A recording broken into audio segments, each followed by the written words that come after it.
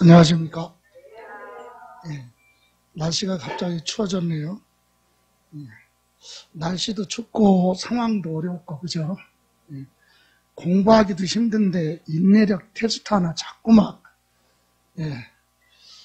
환경이 자꾸 어려워지는데 어차피 공부 시작한 거니까 적응해야 됩니다. 그죠? 자, 오늘 수업은요. 여러분 교재의 184쪽의 재산세 부분이에요. 재산세. 오늘 재산세는 공부하실 때 우선 재산세 내용을 한번 보면 재산세 개념, 재산세가 뭐냐, 그리고 특징 몇 가지 있으니까 그거 점검을 하고 갈 거고요. 그리고 이제 두 번째, 재산세는 어떤 재산을 가지고 있을 때 재산세 내라고 하느냐. 항상 모든 세법을 공부하실 때는 과세 대상부터 시작하죠. 무엇에 대해서 세금 내느냐. 재산을 가지고 있으면 어떤 재산을 가지고 있을 때 부과할 거냐. 그리고 누가 세금 내야 돼. 납세 의무자. 그리고 어떤 금액으로 계산할 것이냐. 과세 표준. 그리고 거기에다가 뭐 세율 곱해야 세금이 나오겠죠. 자, 그리고 나서 나머지는 세금 나오면 세금을 부과하고 징수, 걷어가는 방법 두 가지잖아요. 하나는 납세 의무자 스스로 세금을 계산해서 신고도 하고 내라. 이걸 신고, 납부. 납세 의무자가 계산할 수 없으니까 과세권자 그러면 국가나 지방자치단체가 세금을 계산을 해서 결정을 해서 납세 의무자한테 고지서 발부하죠. 그럼 납세 의무자는 고지서 받아가지고 납부 기한까지 납부를 해서 납세 의무가 종결되는 걸 보통 징수. 둘 중에 어떤 거냐 이거죠. 그래서 과세 표준하고 세율에 대해서 보고 재산세 부과 징수, 재산세는 고지서 받고 낸다. 보통 징수 방법으로 되어 있죠. 그리고 재산이 있다고 해서 전부 다 과세하는 건 아니고 이러이러한 재산은 가지고 있어도 실력이나 또는 고려해서 재산세 내지 마라. 이렇게 비과세 혜택을 주는 경우도 있죠. 이렇게 해서 재산세는 세법 16문항 중에서 3문제니까 해볼만 하다는 얘기예요. 범위가 넓지 않으니까. 취득세 같은 경우는요. 7시간에서 8시간 정도 분량이지만 이 재산세는 4시간 정도 분량이면 정리할 수 있는 거기 때문에 충분히 할 수 있다. 여러분 공부 굉장히 분량 많죠? 하루 4시간 공부하면 어디서 어떻게 나올지 몰라. 예? 그런데 이거는 하루 하면 3문제는 건질 수 있다. 이거 할 수 있는 부분이에요. 그죠? 자, 이 세 중에서 어떤 것이 제일 중요하냐? 3가지. 과세 대상은요. 주택 아니면 토지에 대해서 물어봐요. 주택에 대해서 아니면 토지에 대해서. 그리고 두 번째 납세 의무자. 이건 붙박이 문제죠. 재산세 납세 의무자는 무조건 기본적으로 해야 된다. 이건 한 문제가 출제된다고 가정을 해야 되니까. 그리고 나서 부과징수 절차인데 최근에 들어서는 여기서 많이 물어봐요. 30회, 31회, 32회 시험에서는 과세 표준하고 세율을 물어봤다. 그래서 우리는 요 4가지 부분을 집중적으로 하는데 이 중에서 납세 의무자 부분이나 요 과세 대상 토지에 대한 분류 있죠. 요 부분은 조금 더 신경 쓰시면 자신감 얘기해요. 여러분 지금 처음 시작하는 건데 처음부터 완벽하게 하려고 하지 마세요. 욕심내지 말고. 그죠? 계절은 4번 바뀌어야 시험 봅니다. 그죠? 아직 시간 충분해요. 처음부터 막 이렇게 하실 필요는 없다. 자, 그러면 이제 여러분 교재 한번 보실까요? 교재 보시면 185페이지 재산세 개요 나왔죠. 특징 1번 재산세는 언제 내느냐? 취득할 때가 아니라 재산을 보유, 가지고 있을 때, 그죠? 보유하는 과정에 정기적으로 부과하는 거예요. 여러분 이 부동산은 옛날부터 그대로 있는 자리에 그대로 있죠. 소유자는 바뀔 수 있지만 부동산은 그대로 있잖아요. 이 부동산에 대해서는 누가 소유했던 간에 매년 뭐 부과해? 재산세 부과하죠. 그래서 보유 과정에 대해서 부과하는데 누가? 그 물건의 소재지 관할하는 시에 있으면 시장이, 군 지역에 있으면 군수가, 여기서 구라고 하는 것은 특별시, 광역시에서는 구청장이 과세권자로 되어 있다. 그래서 재산세는 시군세 이렇게 얘기합니다. 시군 할 때 특별시, 광역시, 자치구는 항상 내포되어 있다. 그죠? 그럼 여러분 재산세는 보세요. 취득세는, 저번에 공부한 취득세는 부동산 시장이 활성화가 돼서 매매 거래가 많이 생기면 취득한 사람이 많으니까 취득세가 많이 들어오고, 부동산 시장이 침체가 돼서 매매 거래가 발생하지 않으면 취득한 사람이 없으니까 취득세 안 들어올 거 아닙니까? 그래서 취득세, 등록면허세 같은 경우는 부동산 시장에 따라 재정 수입이 달라져요. 그런데 재산세는 소유자는 바뀔 수 있어도 없었던 물건이 새로 생기거나 있었던 물건이, 부동산 등이 없어지는 경우, 특별한 경우를 제외하고는 거의 변동이 없죠. 그래서 보유재산에 대해서 매년 정해놓은 가격 가지고 세금 계산하기 때문에 지방자치단체에서 볼 때는 지방세 중에 세원이 가장 뭐하다? 안정적이다, 이렇게 얘기해요. 왜? 작년에 들어온 세금을 보고 올해 들어올 세금과 내년에 들어올 세금을 미리 예측할 수도 있다. 크게 변동이 없으니까. 없어지는 게 아니라 물가가 뭐하면 올라가면 그것만큼 자산가치도 올라가니까 재산세가 많이 들어오면 많이 들어왔지 감소되는 경우는 거의 없다는 얘기죠. 예, 그래서 세원이 가장 안정적인 그런 세금으로 되어 있고, 그러면 2번에 보시면 재산세는 누가 내야 돼요? 그럼 예? 물건의 소재지, 부동산이면 부동산이 있는 시장, 군수, 구청장이 세금을 내라고 하거든요. 그럼 누가 세금 내야 되느냐? 납세 의무자가 있겠죠. 재산을 뭐하고 있는 사람? 소유하고 있는 사람. 근데 이 소유자는 1월달 소유자가 사망해서 바뀔 수도 있고, 1월달부터 쭉 가지고 있다 5월달에 매매해서 5월달 소유자가 바뀔 수도 있잖아요. 그래서 재산세는 1년 중에 하루를 딱 정해놨어요. 그날은 언제라고? 과세 기준이 매년 언제? 그렇죠. 6월 1일 소유자한테 부과한다.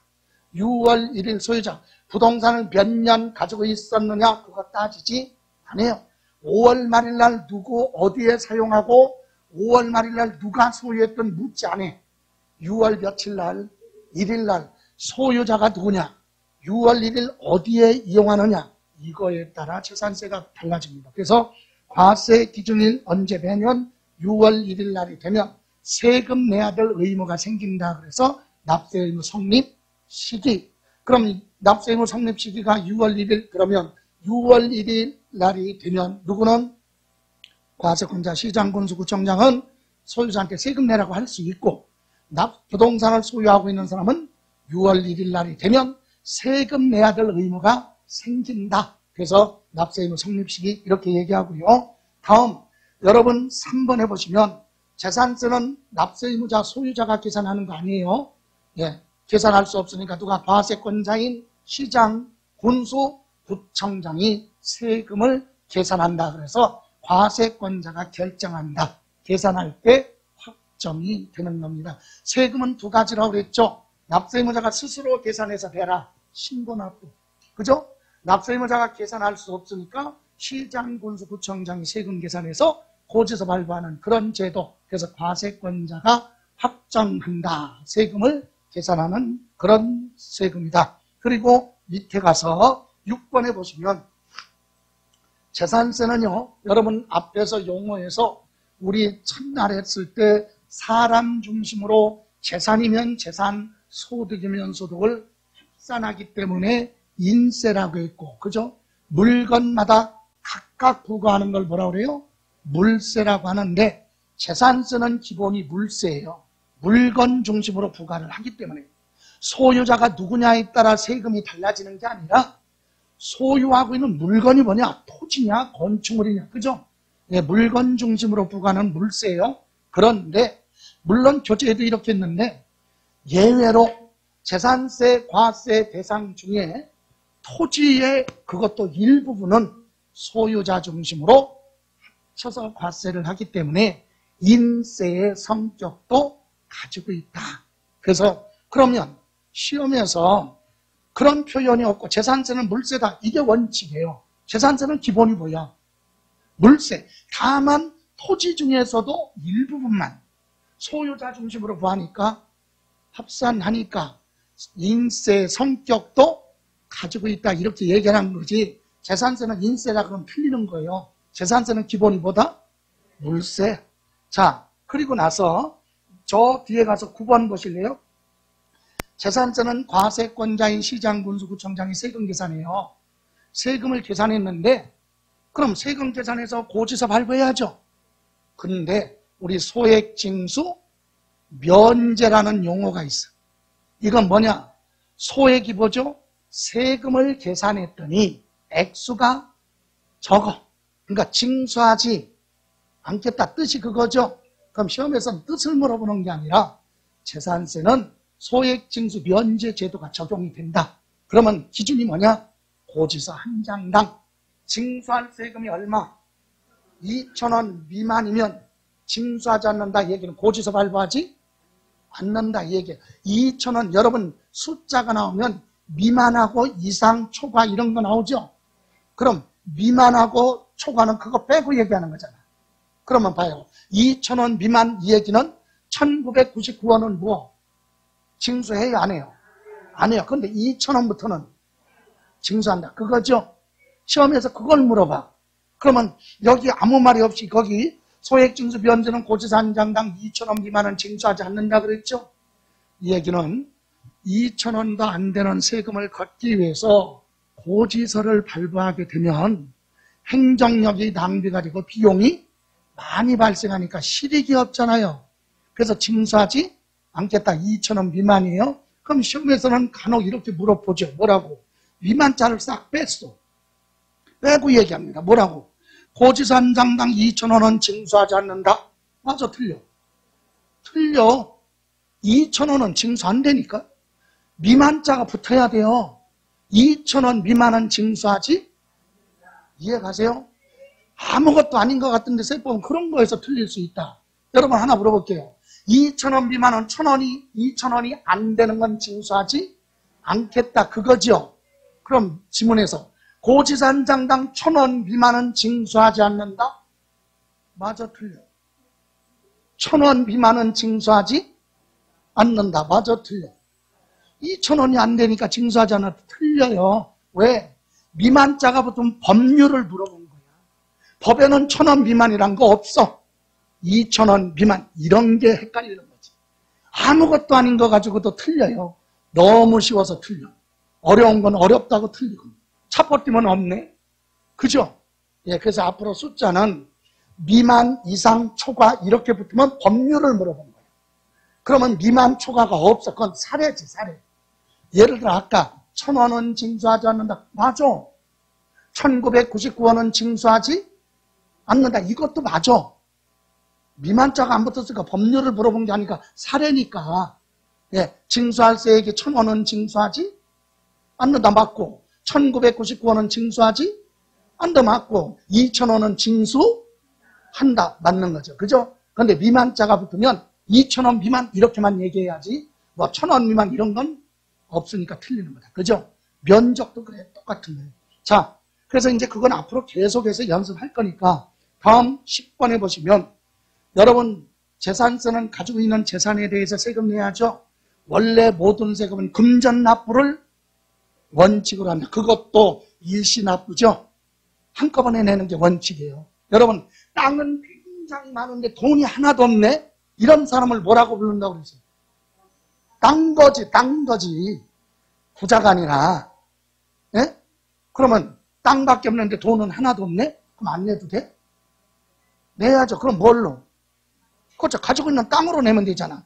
이렇게 금전으로 납부할 수 없는 경우는 물건으로 대신 세금 내는 걸 물납이라고 하죠. 예, 그리고 일정 금액하면 물납은 물론 뒤에 가서 1,000만 원 초과할 때 물납할 수 있고 재산세 납부할 세액이 250만 원을 초과하면 한꺼번에 내기 어려우니까 2개월까지 나눠낼 수 있는 분할 납부 제도가 있다. 여기서 하나 첫날 공부했던 거 기억날지 몰라요. 그죠? 어떤 거?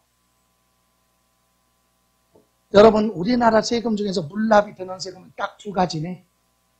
물건으로 세금 내는 거 딱 두 가지고 재산세하고 상속세. 그죠?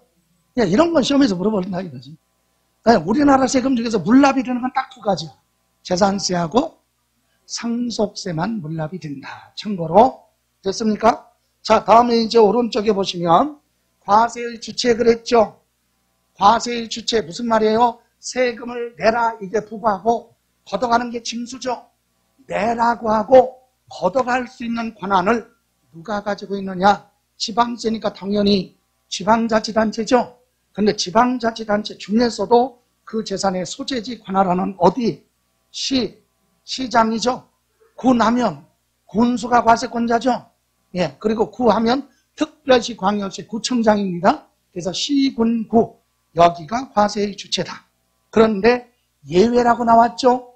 예외 거기 보시면 특별시 관할구역에 있는 구의 경우 재산세 과세 대상 중에 부동산이 아닌 선박하고 뭐는 빼고 항공기는 빼고 재산세 과세 대상 중에 선박 항공기 빼면 부동산 얘기하는 거예요. 부동산에 대해서는 특별심이 구세인 재산세로 한다 그랬죠. 그걸 잠깐만 이해하시면 돼요. 여기 보세요. 서울은 25개의 자치구가 있어요. 서울특별시는 한강을 중심으로 여기는 어디? 강남, 여기는 강북, 그죠? 자, 25개 자치구가 있어요. 구청장이 25명이요. 그런데 자, 강남의 부동산이 비싸지요. 가격이 높잖아. 가격이 높으니까 뭐가 많이 들어와? 강북에 비해서 강남 지역의 부동산 가격이 높으니까 재산세가 많이 들어올 거 아니에요. 그럼 여기는 재정이 좋겠죠. 강남 상구 나오잖아. 서초구, 강남구, 송파구 이와 같은. 그죠? 이런 지역은 재정이 좋으니까 지방자치단체 교육 환경도 좋지. 네, 교육 환경이 좋으니까 공부할 때 강남 지역의 학생들은 화상으로 외국과 바로 수업이 연결돼. 그리고 얼마나 잘 됐냐면 우리나라 국영방송인 EBS 공영방송이 강남에서 벤치마킹해서 들어온 거야. 예? 강남에. 그러니까 이 정도로 교육 환경이 좋으니까 사람들이 여기로 뭘 가려고 하니까 수요 공급에 따라서 강남 불패 깨질 수가 없다. 부동산 가격. 누가 깨 이거를? 딱 깰 수 있는 사람 한 명 있다고 그랬지. 누구? 예? 누가 깰 수 있어요? 김정은이 외에는 깰 수가 없어. 걔는 통제를 딱 해버리면 되지. 공산주의니까. 그죠? 그거 해놓고 그 외에는 절대로 잡을 수가 없다. 시장경제에 그냥 맡겨야 돼. 여기 보세요. 여기는 재산세가 많이 들어가니까 교육 환경이 좋고, 여기는 너무 비하해서 그런 게 여러분 이해를 돕기 위해서 하는 거니까 강북이라고 또 그러면 안 돼. 여기는 부동산 가격이 낮으니까 재산세가 조금 들어와. 그죠? 그래서 환경이, 교육 환경이 열악해. 그래서 여기는 아까 컴퓨터 키고 학원에서 수업에서 학교에서 수업할 때 외국하고 화상 수업이 되는데 여기는 똑같은 학교에서 화상 수업 하는데 다 컴퓨터 켜라 그랬는데 수업시간 끝날 때 화면이 또 속도가 늦어갖고 이렇게 교육의 환경이 다르다는 얘기죠. 그래서 양극화를 해소하기 위해서 서울특별시장이 뭐라고 했느냐? 28년 전에 25개 구청장을 모아놓고 야, 우리 이렇게 반대하는 사람 손들어. 내가 이렇게 할 거니까. 어떻게? 25개의 재산세가 예를 들어서 강남구 안에 재산세를 계산했더니 100원이야. 금액이, 세금이. 그러면 100원이면 강남구청으로 얼마? 50원 가고 나머지 50원은 어디로? 서울 특별시로 가져오겠다 이거야. 자치구의 요 재산세 계산해서 절반은 구청으로 가고 하나는 절반은 서울특별시 가져가겠다. 그러니까 강남구청장이 뭐라 그래요? 왜 우리만 갖고 그래? 그죠? 그러니까 어떻게 해야 돼? 공평하게 하려면 25개 다 하면 되잖아. 다. 그래서 25개 구청장으로부터 재산세 50%를 받아갖고 서울특별시가 모아가지고 서울특별시 예산으로 쓰는 게 아니라 특별시 조례에 따라서 25개 자치구로 다시 나눠줘. 이때 재정이 안 좋은 데는 열악하니까 좀 많이 주고 이쪽은 적게 주고 이렇게 했더니 양극화가 많이 해소가 됐더라 이 얘기. 그래서 지금 시범적으로 하고 있어. 지금 8년째 하고 있어. 8년. 그래서 결론은 그 얘기예요. 서울특별시의 부동산에 대해서는 50%는 서울특별시가 가져가고 50%는 자치구로 간다. 그래서 공동과세라고도 얘기를 하고 특별시는 특별시세와 구세로 구분한다. 이렇게 얘기를 하는 겁니다. 시험에서 지금까지 그 부분에 대해서 물어본 적은 없어요. 왜? 이건 지역 차별이잖아. 예? 서울에 사는 사람은 이런 거 경험했으니까 유리할 수 있잖아. 제주도 사는 사람하고 관계없잖아. 그죠? 이런 건 시험에서 물어볼 수는 없다. 개념만 그거예요. 혹시 뭔지 궁금해 할까봐. 이해가십니까? 예, 그게 그 뜻입니다. 그렇게만 이해하시고, 자, 이제 본격적으로 과세 대상 들어가기 전에 지금까지 한 내용을 다시 한번 정리해 볼게요. 재산세 특징 그랬어요. 첫 번째 주체, 그리고 성격, 특징 이렇게 나눠봤는데 첫 번째 과세 주체 그러면 과세권자가 누구로 되어 있느냐? 그래서 재산의 뭐 소재지 관할하는 시장, 군수, 구청장이 과세권자다. 그래서 우리는 이걸 묶어서 뭐라고 한다? 시군세, 이때 구가 빠졌다고 그래서 틀리는 거 아니에요? 시군세 하면 여기는 항상 자치구가 내포되어 있다. 그죠? 예. 그리고 서울특별시죠. 특별시, 서울특별시의 자치구에 대해 경우에는 서울특별시로 50% 가고 구로 50% 가기 때문에 둘로 나눈다. 이렇게 서울특별시만 특별히 그렇게 되어 있다. 그래서 우리는 요것까지는 기억하지 않더라도 시장, 군수, 구청장이 과세권자로 되어 있다. 그래서 시군세 이렇게 정리하면 돼요. 자, 그러면 성격. 재산세는요. 1년 중에 하루. 언제? 6월 1일. 이날 과세 기준일 그랬죠? 여러분 이 과세 기준일이 중요한 거예요. 여러분 자 볼게요. 과세 기준일 하면 뭘 얘기하냐면 6월 1일 기준으로 모든 게 결정돼요. 자, 그래서 과세 기준일에 뭘 결정하느냐. 자, 첫 번째 매년 6월 며칠 날이 되면 6월 1일 날이 되면 첫 번째 과세 대상 여부가 결정됩니다. 재산세 과세 할 거냐 안 할 거냐가 6월 1일 기준으로 결정한다. 예를 들어서 5월 말일까지 작년까지는 건축물이 있었어. 건물이. 근데 하루 전에 6월 1일 하루 전에 5월 말일 날 화재가 발생해서 불에 타서 없어졌네. 건축물이. 그럼 6월 1일 날에는 건물이 있어요 없어요? 그럼 재산세 부과하지? 않는다. 작년에는 있었지만 올해 6월 1일은 불에 타서 없잖아. 말도 안 되는 얘기지만 법이니까 얘기하는 거예요. 5월 말일 날 화재가 발생해서 건물에 불이 붙어서 불이 타기 시작하는데 6월 2일 날 불에 타서 없어졌어. 그럼 6월 1일 날 있어 없어? 있잖아. 과세. 말이 돼? 말 되는 거예요. 그게 법이에요. 6월 1일 현재 존재하고 있으면 과세 대상이다. 또 없었던 게 새로 생길 수 있죠. 건물을 새로 지어 공사를 해요. 그래서 6월 1일까지 준공이 됐다. 그럼 재산세 부과해야죠. 근데 공사를 지어내서 6월 며칠. 그럼 6월 1일 건축 중에 있죠. 그건 건축물이 아니니까 과세 대상이 아니다. 그러니까 6월 1일 있으면 과세, 없으면 과세 안 해요. 이해가세요? 그런 걸 결정하는 게 과세 기준이고, 두 번째 용도. 똑같은 재산이라도 어디에 이용하느냐에 따라 세금이 틀리네. 여러분 건물도 공장 건축물이냐 상가 등의 건축물이냐 유흥주점 건축물 즉 사치성 재산에 해당하는 고급 오락장 건축물이냐에 따라 재산세 세율이 달라. 또 주택도 등기 권리 중에는 주택으로 되어 있지만 주거용으로 사용하는 주택이죠.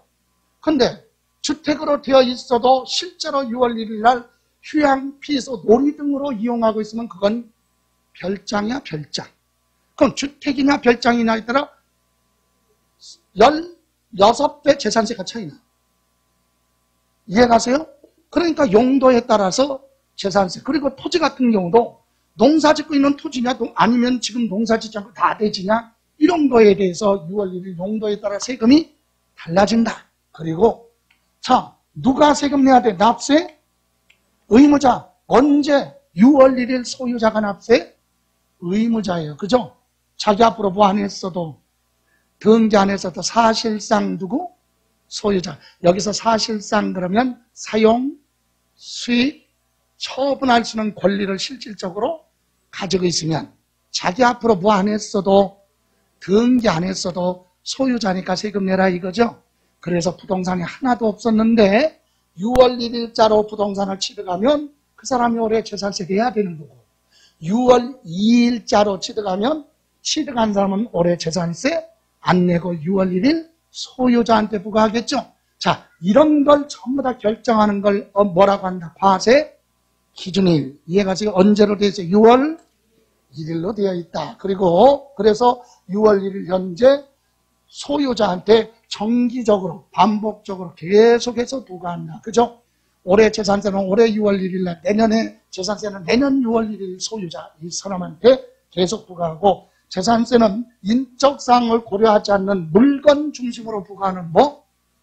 물세와 토지 중에 일부에 대해서는 뭐? 소유자 중심으로 합산을 해서 과세하는 토지가 있기 때문에 일부에 대해서는 뭐?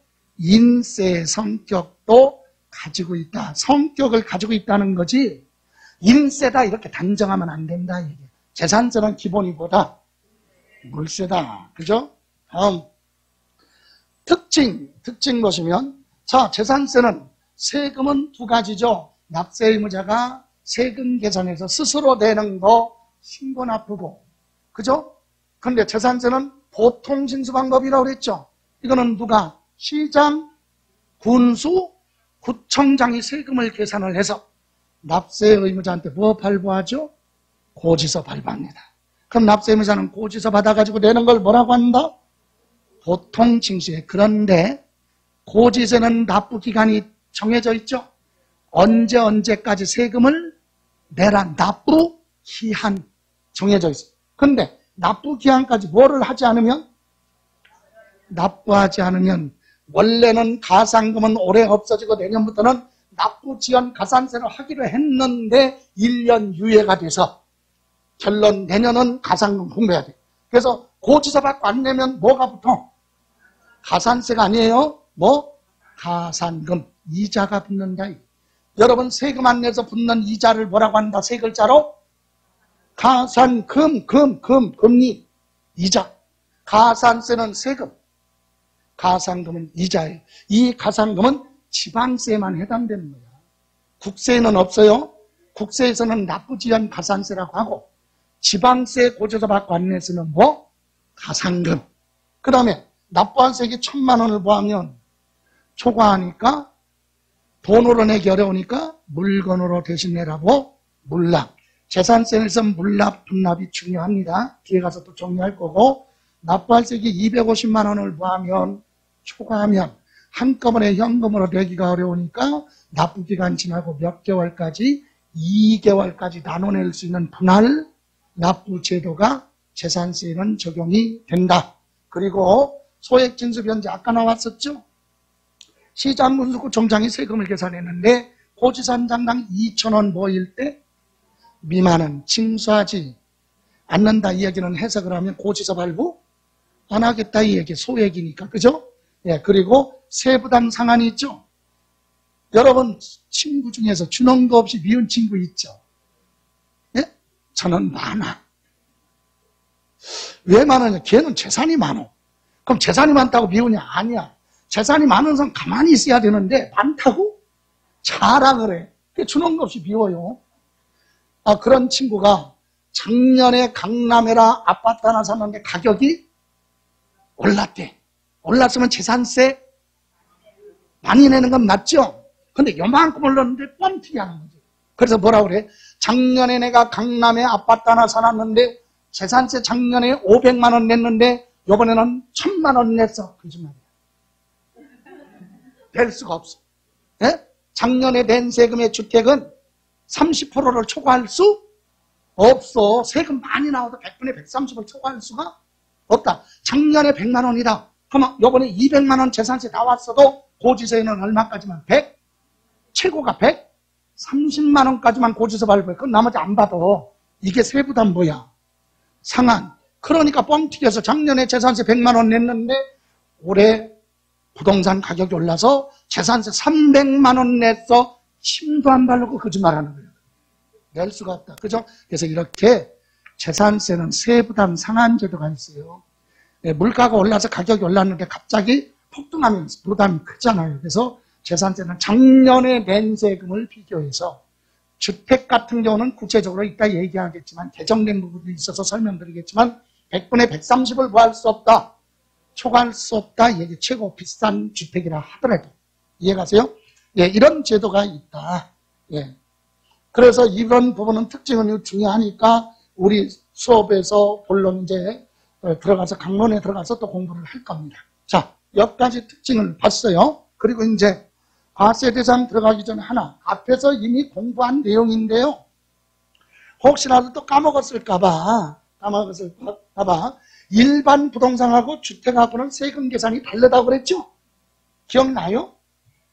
이거 자꾸 반복해야 돼요. 사람인지라 기억이 했는데 생각나는데 까먹으니까. 자, 일반 상가 등의 부동산이 있죠. 그 다음에 주택하고 과세가 어떻게 달라? 상가 부동산의 경우는 자, 상가 건물하고 토지 있잖아요. 예, 그럼 먼저 뭐 토지분에 대해서 재산세. 예? 상가 부동산이 있으면 건물 말고 뭐만 토지에 대해서만 재산세, 토지분 재산세 따로 계산. 그리고 뭐 건축물이니까 건물이죠. 건물분에 대한 재산세 따로, 토지 따로, 건축물 따로 계산한다. 그죠? 예, 그래서 고지서도 따로 나와. 건물분은 7월달, 토지분은 9월달. 이해가세요? 그런데 뭐는 주택은요, 아파트가 됐던 뭐 단독주택이 됐던 주택하고 토지죠. 예, 토지 어떻게 하나? 합쳐서 뭘로? 주택으로 과세한다. 건물하고 토지하고 다 합쳐서 뭐라고? 주택. 그죠? 재산세만 그런 게 아니에요. 취득세도, 재산세도, 양도소득세도, 부동산 중에 주택은 이렇게 계산합니다. 그런데 뭐는 주택 말고 부동산은 토지 따로, 건축물 따로 계산한다. 이해가세요? 예, 이거 이렇게 알고 있어야 돼요. 양도소득세 이거 팔으면은요, 토지 따로 계산하는 거 아니야. 주택은 건물하고 뭐하고 토지하고 얼마 주고 사서 얼마에 팔았느냐 이렇게 계산해. 근데 뭐는 상가는 토지 얼마 주고 사서 얼마에 팔았고 건물은 얼마 주고 사서 얼마에 팔았느냐. 이해가세요? 예, 그렇게 이해하시면 돼요. 자, 이제 구체적으로 과세 대상. 지금부터 막 외우거나 그러지 마세요. 앞으로 여러 번 할 거야, 반복. 자, 그러면 여러분 교재로 가서 이제 과세 대상 들어갑니다. 186페이지 갑니다. 자, 186페이지. 여기 보실래요? 자, 재산세 과세 대상은 1년 중에 하루. 그날을 뭐라고 그랬어요? 그렇죠. 과세 기준일 매년 언제? 6월 1일 날이 되면 과세권자 재산세 내라고 하고 걷어갈 수 있는 권한은 누가 가지고 있다고요? 시장, 군수, 그리고 특별시, 광역시에서는 구청장이 과세권자죠. 그럼 얘들은 6월 며칠 날이 되면 1일 날이 되면 자기 어디에 있는 거? 관할구역. 관할구역에 있는 물건에 대해서 재산세 내라고 해야죠. 김포시장이 옆 동네 계양구청에 있는 계양구 안에 있는 부동산에 대해서 재산세 내라고 하면 속된 말로 계양구청장한테 맞아주고 자기 관할구역을 벗어나면 안 되잖아. 그래서 김포시장은 김포시 안에 있는 거. 그죠? 인천광역시 계양구 구청장은 계양구 안에 있는 물건에 대해서만 재산세 내라고 한다 이거지. 그럼 과세 대상 물건 중에 제목만 얘기하면 첫 번째 뭐? 토지. 두 번째 뭐가 있느냐? 건축물이 있습니다. 그리고 부동산 중에서 별도로 뭐? 주택. 부동산은 아니지만 선박. 그 다음에 뭐? 항공기. 이게 재산세 과세 대상이에요. 이것만. 그럼 자동차 가지고 있으면 재산세 내 안 내? 안 내죠? 왜 안 내냐고 내가 물어봤어. 아, 자동차는 왜 가지고 있는데 재산세 안 냅니까? 어렵게 생각하지 마. 과세 대상이 없으니까 여기에 해당되는 건 재산, 여기만 요거만 내라 이거야. 그럼 여기에 열거되지 않은 건 재산세랑 관련이? 그래서 자동차는 자동차세를 내는 거지 재산세가 아니라. 세금의 종류가 틀리죠. 예. 그래서 요 물건에 대해서 재산세를 부과하는데, 취득세 공부할 때 나온 토지나 또 취득세 나올 때 공부한 주택이나 건축물이 재산세에서 다르냐? 똑같아. 법이 지방세법 하나니까. 이해가세요? 요 물건에 대해서 누가? 시장, 군수, 구청장은 이 물건에 대해서 재산세를 과세하죠. 근데 속된 말로, 아침부터 그냥 속된 말로 하니까 얘들은 머리가 좋아, 나빠? 원래는 좋았는데 정치권에 들어가면 얘가 나빠져요. 왜? 퇴색돼 버릴 수밖에 없어. 돈 앞에는 평등하거든. 그죠? 여러분 안 그래요? 여러분 오늘 수업 끝나고 집에 가는 골목길에 어린아이들이, 예? 유치원 다니는 어린아이들이 금덩이 있죠? 예? 그게 벽돌인 줄 알고 가지고 놀고 있어.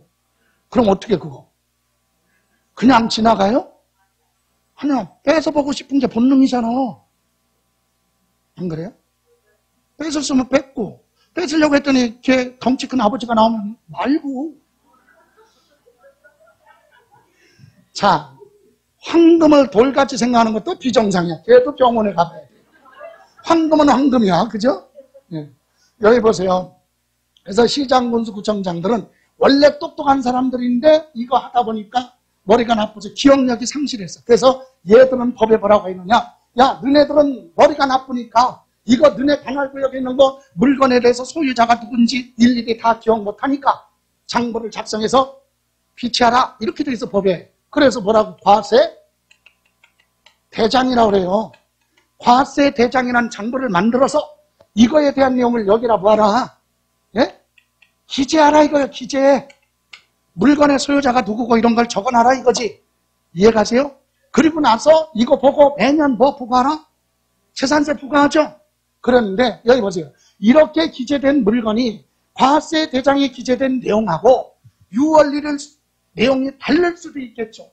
같아야 정상인데 다를 수도 있어요. 뭐가? 이런 물건에 사용하는 용도가 다를 수도 있고 소유자가 바뀔 수도 있잖아. 이해가세요? 그래서 결론은 시장, 군수, 구청장은 과세 대장에 대해서 기재한 거 보고 재산세를 과세하는데 6월 1일 현재 사실상 뭐라고 해요? 현황. 실제로 사용하는 현황과 여기에 기재된 걸 뭐라고 한다?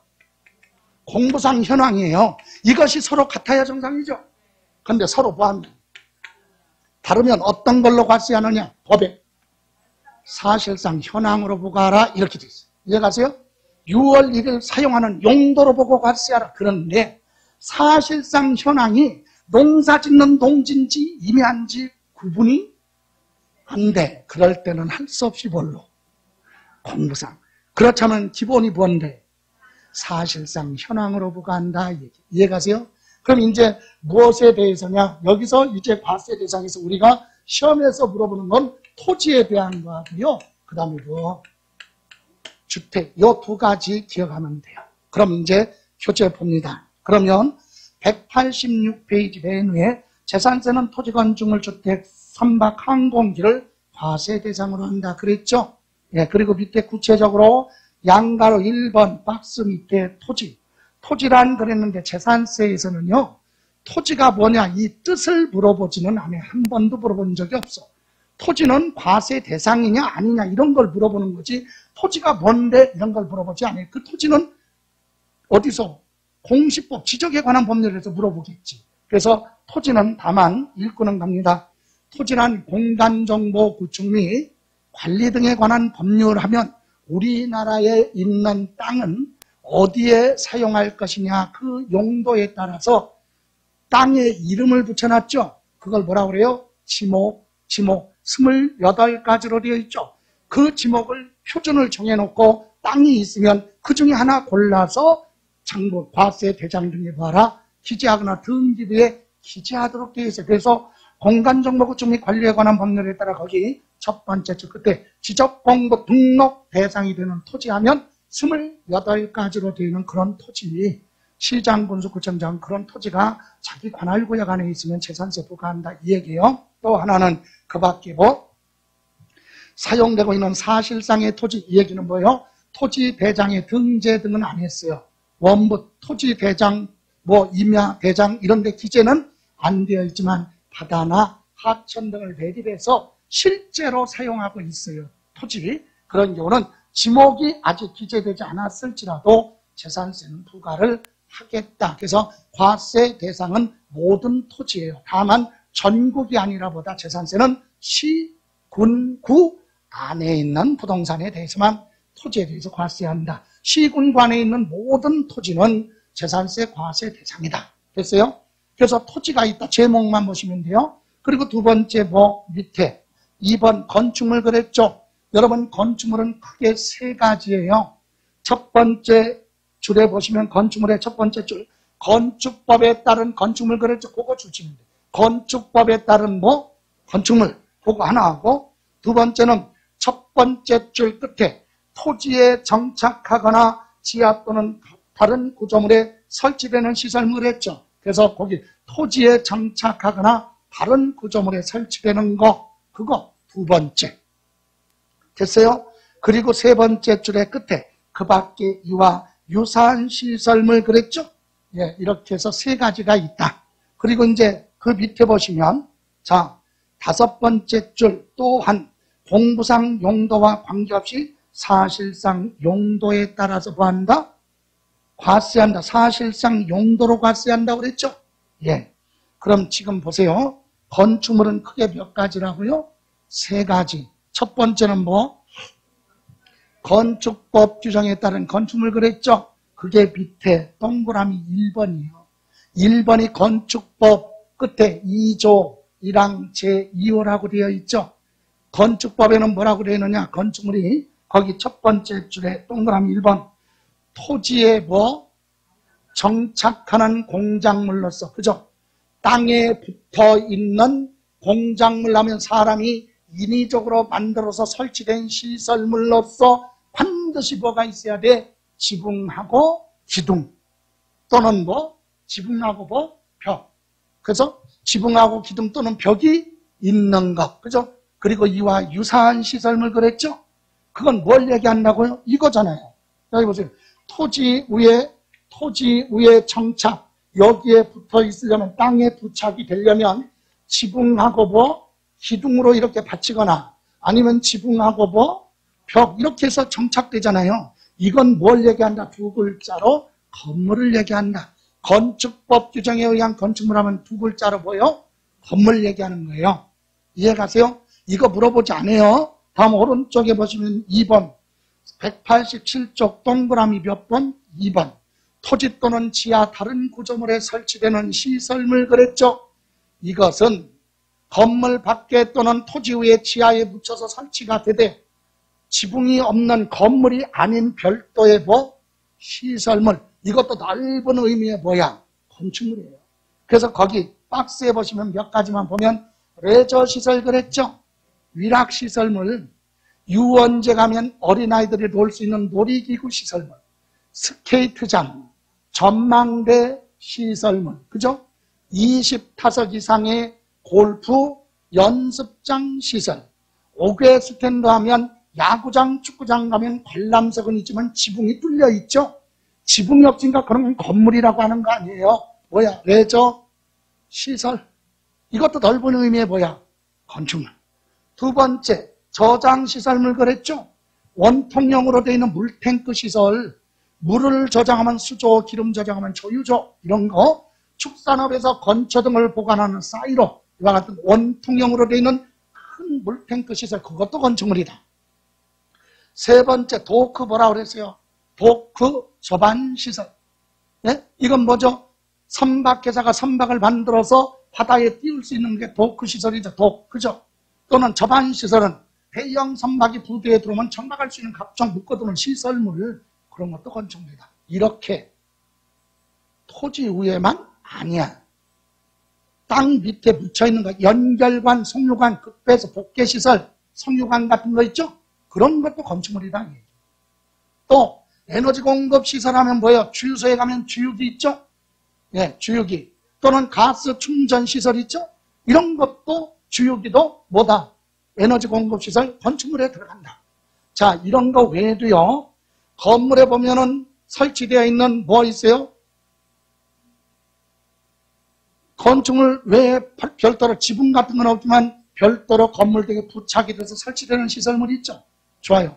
이런 것을 기억하라는 게 아니라 이것도 지붕은 없지만 건축물 범위에 들어간다. 세 번째. 이번에는 세 번째 뭐라고 그랬어요? 건축물에 딸린 시설물. 이거는 1번 건축법 규정에 의한 건물이 있었죠.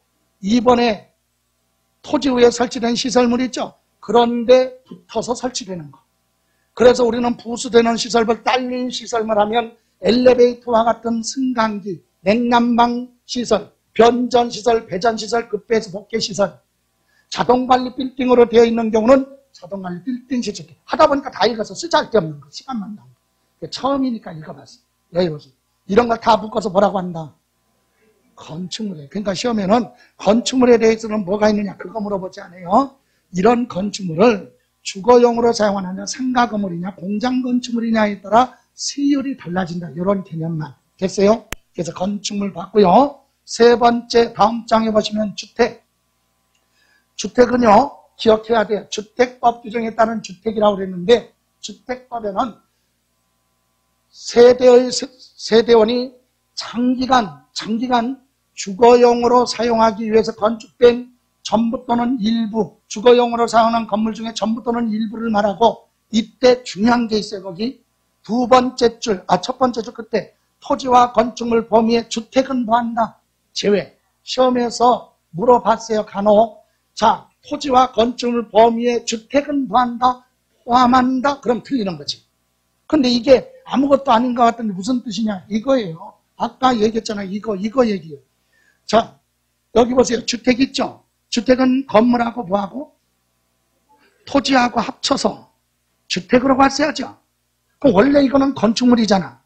이건 토지죠. 근데 이건 건축물로 과세 안 하고 토지로 과세 안 하고 뭘로 묶어서 주택으로 과세하니까 토지와 건축물에서 주택은 뭐하라? 제외. 그 얘기야. 이해가세요? 주택에 딸려있는 토지는 토지로 과세하는 게 아니라 주택으로 가니까 토지에서 제외. 주거용으로 사용하는 건물 있죠? 그건 건축물로 과세하는 게 아니라 주택으로 따로 과세하니까 건축물에서 뭐하라? 제외. 그래서 토지와 건축물 중에서 뭐는 빼라고? 주택. 왜? 두 개 합쳐서 별도로 주택으로 과세하니까. 이해가세요? 그래서 끝에 토지와 건축물 범위에 주택을 포함한다. 그러면 안 된다. 됐습니까? 자, 그리고 이제 이때 주택의 부속 토지는 경계가 2번 명백하지 않으면 주택 건물 바닥 면적 있죠? 바닥 면적을 정착 면적 이렇게도 얘기해요. 건물 바닥에 차지하고 있는 면적 있죠? 요거의 몇 배? 10배까지 불분명할 때만 10배까지만 주택으로 본다. 그럼 10배를 뭐하면?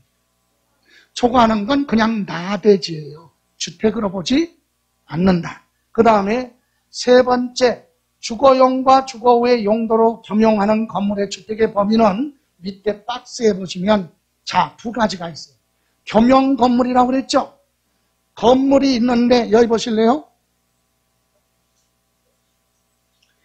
자, 겸용 건물이 뭐냐? 건물 하나인데 다른 용도로 주택과 다른 용도로 같이 사용하고 있다 이거죠? 그래서 겸용 같이 사용하고 있는 건물 중에 어디까지 주택으로 보느냐 이 얘기예요. 왜?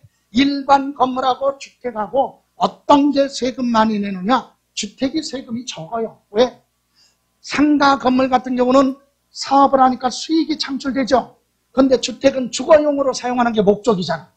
그러니까 수익이 없는 걸로 보고 세금 부담을 줄여줘요. 다른 건물에 비해서. 그래서 주택을 구분하는데 주택을 할 때 건물 중에서 요거 구분할 수 있어요. 이거 헷갈려요. 한 동의 뭐 건물과 또 하나 한 구의 건물 이렇게 여러분 민법 공부 많이 이제 하다 보면은 여러분 물권법 공부할 때 보면 물권이 뭐예요? 물건에 대한 권리죠. 예? 물건에 대한 권리가 물권 아닌가? 그죠? 그럼 물건 하나에는 권리가 몇 개? 하나. 그래서 일물 일권주의 이렇게 얘기하잖아요. 물건 하나에 권리가 하나. 이게 원칙이죠? 근데 예외가 있잖아. 물건은 하나인데 권리가 여러 개일 수도 있다. 자, 여기 보세요. 그 얘기하는 거예요. 그래서 한 동의 건물들 있죠? 여러분, 건물 중에서 일상적으로 여러분 이해해야 되니까 건물 중에서 동자 들어가는 건물 있죠? 주변에. 동자 붙는 건물. 뭐야? 대표적인 거. 그렇지. 아파트. 101동, 102동, 103동 동자 붙잖아요. 예? 상가도 A동, B동 이렇게 있죠? 동자 붙는 건물이 뭐냐? 집합 건물이야. 집합 건물. 민법에서 이야기하면 일물일권주의 예외. 건물은 물건은 하나인데 소유권이 여러 개. 이해가세요? 여러분, 아파트 있잖아, 아파트. 예? 101동 이렇게 있어요. 아파트가 이렇게 있잖아. 건물이 하나잖아. 전체 건물 하나잖아요. 근데 소유권이 다 잘라서 구분해서 등기되죠? 이런 건물을 뭐라고? 동자 붙이는 거예요. 그러면 한 동의 건물은 동자 붙는 게 아파트도 있지만 뭐도 있다? 상가도 있을 거 아니야, 상가. 이거의 특징은 뭐야? 다 건물은 하나지만 잘라서 소유권 분할해서 등기되죠? 상가도 요거 다 잘라서 등기할 수 있죠? 건물은 하나지만 소유권이 여러 개죠? 강남의 빌딩 가봐. 압류 같은 거 할 때 보면은 전세권, 저당권 뭐 이런 거 하려고 보면은 건물 빌딩, 5층짜리 빌딩 조그만 건물에 등기된 게 소유권이 400개, 500개 돼. 왜? 공동등기 막 해놨으니까. 예? 잘라가지고 쪼개기 해가지고 등기했으니까. 그 비용만 몇백만 원 되잖아.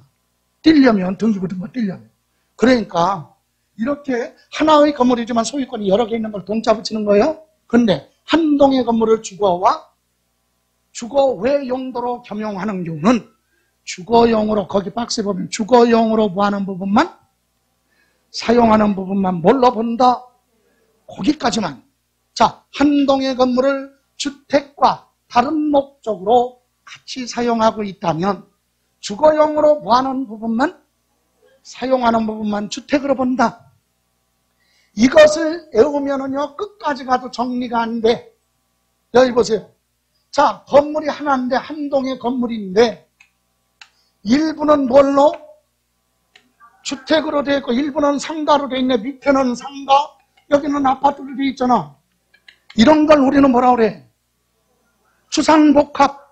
그잖아요. 여기는 아파트고, 이건 뭐야? 그러면 여러분, 초등학교 들어가기 전에 유아원들 가는 애 꼬마 데리고 여기 지나가면서 얘 보고 물어봐. 어린아이한테 물어보는 거야. 야, 이게 뭐냐? 그럼 걔가 뭐라 그래? 상가. 여기는 아파트잖아. 이거는 주택이고, 이건 뭐? 그런데 그거를 우리는 외우려고 하니까 이게 되냐고. 아니, 주상복합 건물은 위에는 주택이잖아. 이거는 뭐고? 그럼 이 부분은 상가에 대해서 재산세 계산하는 거고, 이거는 뭐? 주택에 대한 세율을 틀리니까. 이해가세요? 그 얘기하는 거야. 주상복합 건물은 주거용으로 뭐하는 부분, 사용하는 부분만 각각 주택으로 보는 거잖아. 그럼 여기는 뭐? 상가. 그러면 재산세는 상가 건물이냐, 주택이냐에 따라 세율이 다르니까 구분하는 거지. 이해가세요? 이제 한 동의 건물을 주거와 주거 외 용도로 사용한다 그랬잖아요. 거기다 까먹지 않으려면 주상복합. 예? 주상복합 건물을 얘기하는 거지. 그때는 면적 따지지 않아.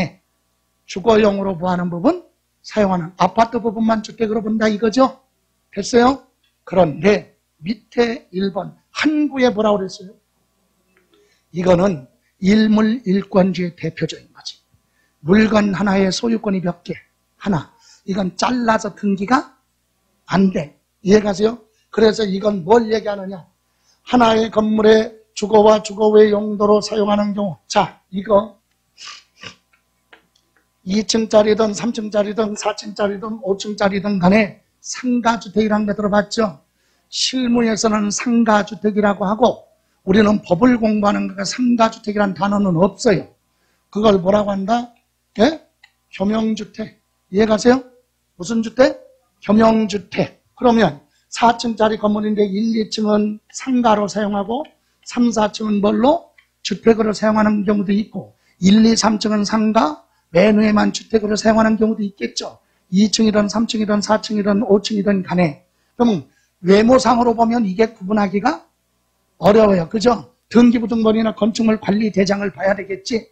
건축물 관리 대장에 보면 이건 뭘로 되어 있어요? 예? 예? 근린생활로 되어 있어요. 용도가. 근린생활은 근생이라고 하죠. 예? 근생은 일종, 이종 있죠. 일종이 뭐야?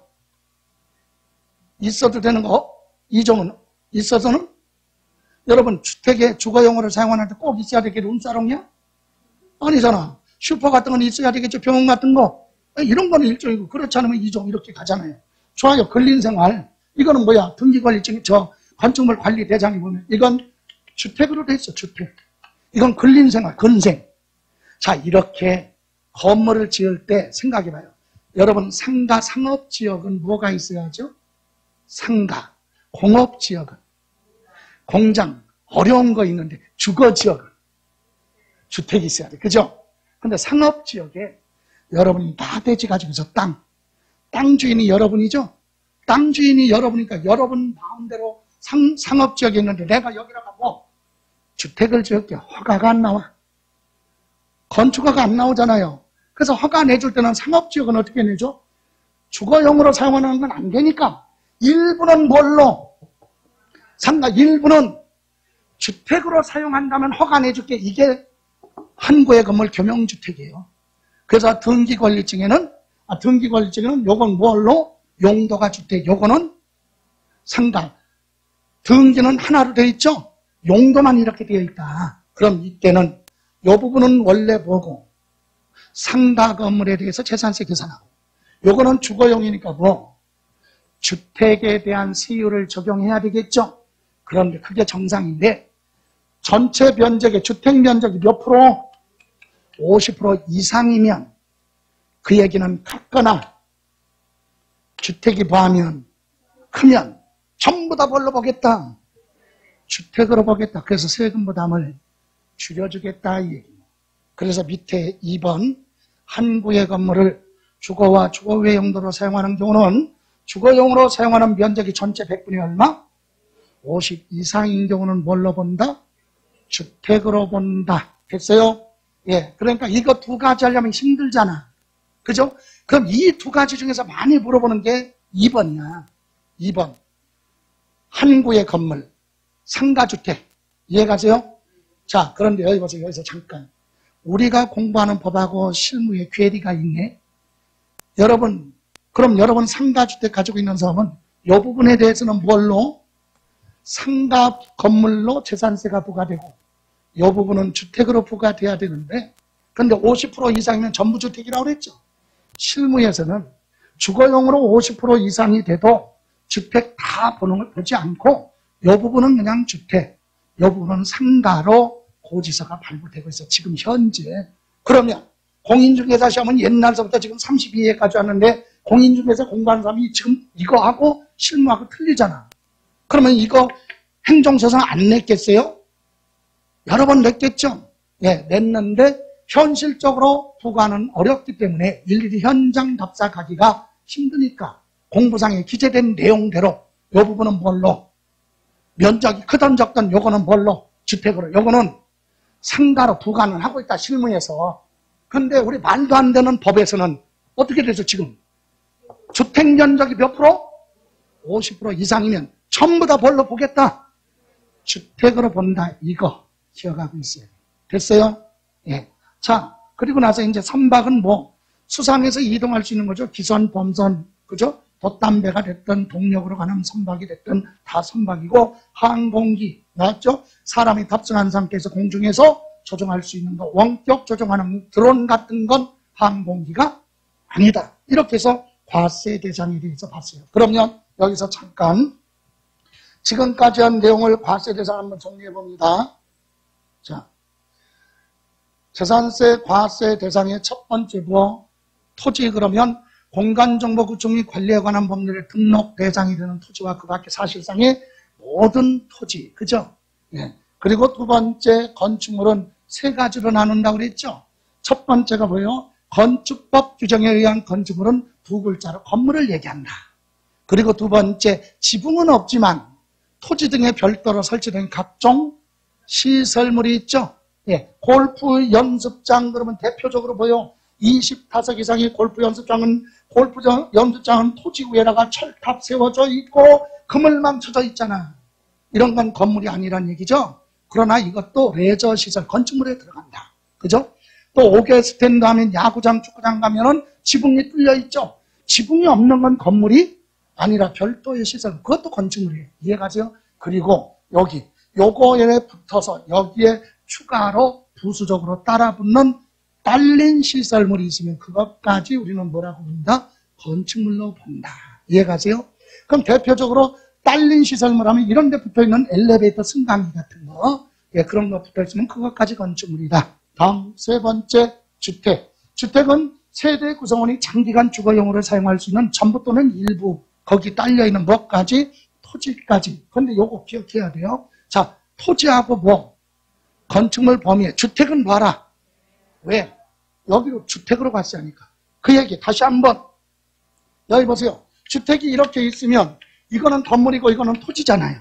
근데 이건 건축물이죠. 원래는 이거는 토지죠. 여기로 갔어야지 않고 이거 두 개 합쳐서 뭘로 따로? 주택으로 갔어야 하니까 토지와 건축물에서 주택은 빼라. 이 얘기입니다. 이해가세요? 예, 그리고 선박, 수상해서 이동할 수 있는 거, 그죠? 그리고 사람이 탑승한 상태에서 조종할 수 있는 기구다. 그런데 이런 거 과세할 때는 아까 그랬죠, 이거. 공부상에 기재된 현황과 사실상 현황이 서로 같으면 관계없는데 서로 뭐하면 뭘로 가라?